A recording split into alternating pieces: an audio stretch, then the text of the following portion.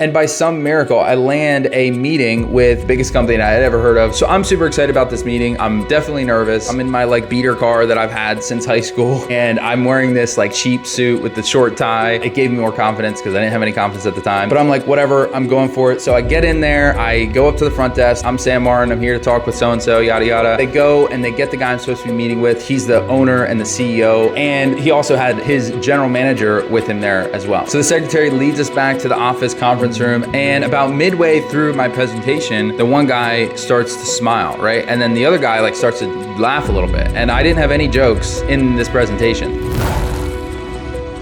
What's going on, everyone? My name is Sam Martin. If you don't know me, I'm the guy who went from being an awkward homeschool farm boy to making over $364,000 a year without a degree or starting a business. And this is the place where we talk about how to level up your skills, how to make more money, and how to build financial freedom. So let's get into it. So to start this off, we got to go back to the beginning, maybe even a little bit before the beginning. And I want to talk to you guys about how I landed my first sales entrepreneur role. And maybe this can give you some insights on how you can do it yourself, or also maybe just help you learn some things to avoid along the way. So when I was first trying to hit six figures, I was stuck in a regular job and I was just going through the motions every day, showing up at this job. I did a good job. I was a hard worker. I was probably one of the best on the crew, but I was just, something was missing. I felt empty. I felt unfulfilled because I knew that I had more potential and I wanted to do something bigger. I knew that I wanted to make six figures, to build wealth and to be able to build something incredible, but I just didn't know where to start. So I was just stuck in this cycle of going through the motions, showing up to my job and wishing for something more. Fortunately for me, out of the blue, I get a call from one of my old wrestling coaches. And he's like, Sam, there's this sales and business coaching program. I really think you should check it out, because he knew I was interested in getting into the business world. Anyway, I start checking into this program. I find out it's a couple months long. It's a couple $1,000s. And I was like, that's a lot of money. At that point, I had never spent that much money on coaching and training before, but I recognized the value of coaching and the value of training. So I was like, hey, I'm going for it. I get started in this program. And basically, as a part of this program was to learn about sales and business by actually doing sales and business. The business that we had, startup business, was to provide client and employee appreciation gifts to local businesses to help them better appreciate their staff and their employees and clients and things like that. Part of my role with the team was to call and set up meetings to present our idea to them of what we were doing, this startup company, and basically try to sell them on the idea to implement it for their employees and clients. So here I am, I pretty much know nothing. I'm calling these companies. By some miracle, I land a meeting with a company, the biggest company I had ever heard of. They're doing 20 million a year. So I'm super excited about this meeting. I'm definitely nervous. I'm in my beater car that I've had since high school, and I'm wearing this cheap suit with the short tie. It gave me more confidence because I didn't have any confidence at the time. Anyway, I'm pulling up to this office. There's all these fancy cars and nice trucks, and I'm just feeling super out of place, but I'm like, whatever, I'm going for it. So I get in there, I go up to the front desk, talk to the person. I'm like, I'm Sam Martin, I'm here to talk with so-and-so, yada, yada. Cool, wait here. They go and they get the guy I'm supposed to be meeting with. He's the owner and the CEO of the company, and he also had his general manager with him there as well. So now there was two guys, so I was extra nervous. So the secretary leads us back to the office conference room, and it's this big, massive table with all these chairs around, and these chairs are these big, tall chairs. Sit down on one of these chairs, I sink down into the chair. So I'm trying to prop up and sit up straight and,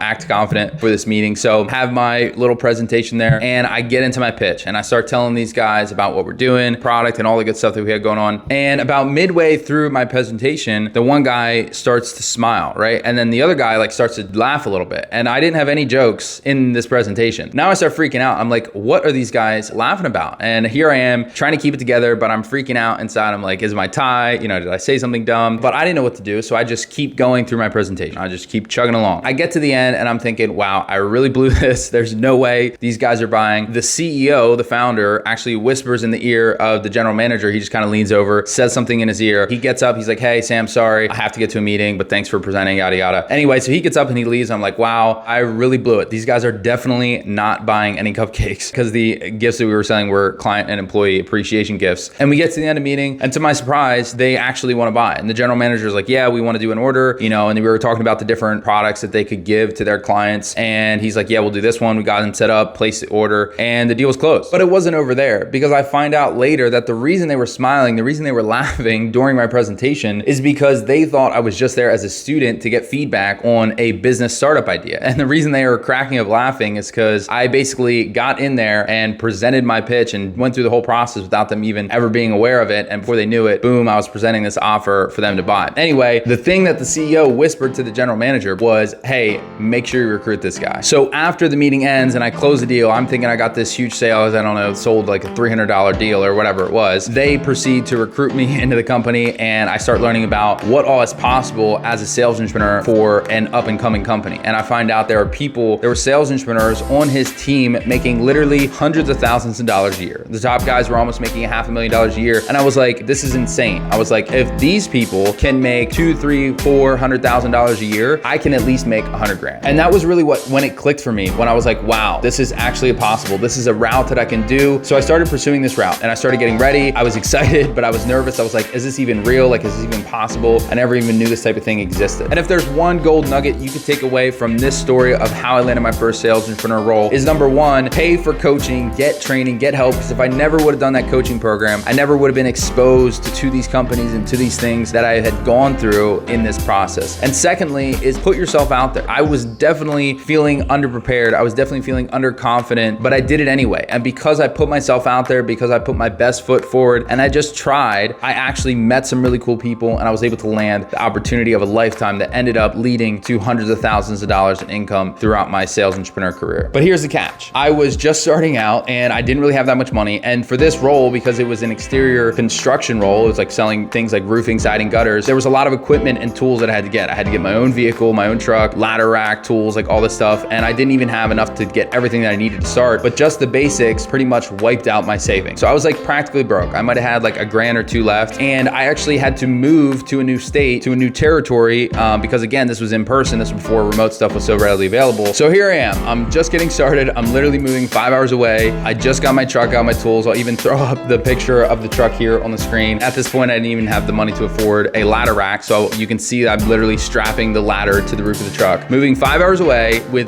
practically no money, trying to get rich. And the kicker to it all is because I had spent nearly all my money, I had this great idea to try and live out of my truck for the first little while I was getting started and trying to build these massive dreams and get rich. Sounds likely, right? No, obviously there was a ton of risk in this and I was putting it all on the line. If I would fail, then I would be back stuck at the job that I hated, which to me was worse than anything, worse than failing. What happened next? Stay tuned for part 2. I'm gonna give you exactly what happened, how it turned out, and what happened in my first 30 days as a sales entrepreneur. That's it for this video, guys. I will see you on the next video.